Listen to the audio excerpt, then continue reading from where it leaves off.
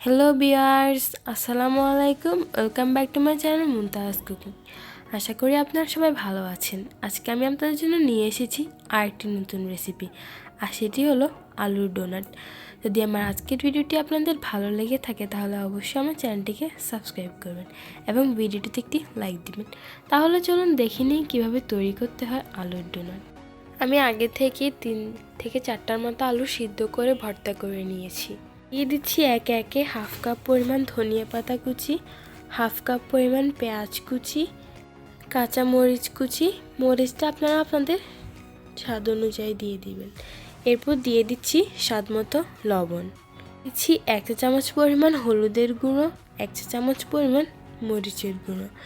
এরপর দিয়ে দিচ্ছি 1 কাপ পরিমাণ ময়দাটা আপনারা পরিমাণ বুঝে দিবেন যতটুকু লাগবে আপনার ডো তৈরি করতে।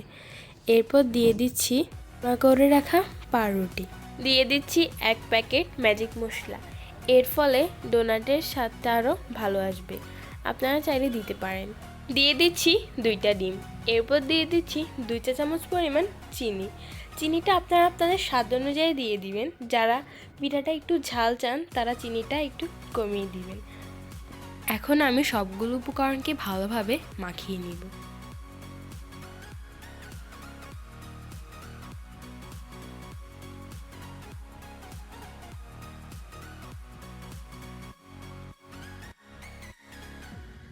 উপকরণ ভালোভাবে মাখানো হয়ে গেছে। এখন আমি ডোয়ের শেপে পিঠাগুলো তৈরি করে নিব।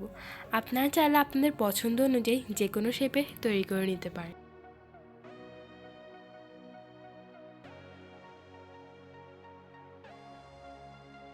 একইভাবে আমি একে একে সবগুলো পিঠে বানিয়ে নিব। আপনারা চাইলে আপনাদের পছন্দ অনুযায়ী অন্য কোনো শেপেও তৈরি করে নিতে পারেন।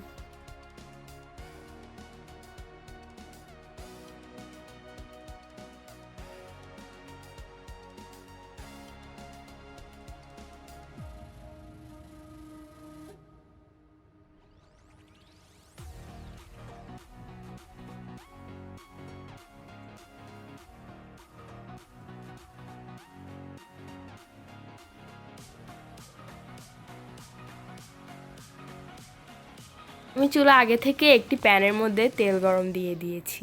এখন এর মধ্যে একে একে আমি আলুর ডোনাটগুলো দিয়ে দিব। ডোনাটটা ভাজার সময় চুলার আঁচটা কিন্তু অবশ্যই মিডিয়ামে রাখতে হবে, না হলে কিন্তু পুড়ে যাবে।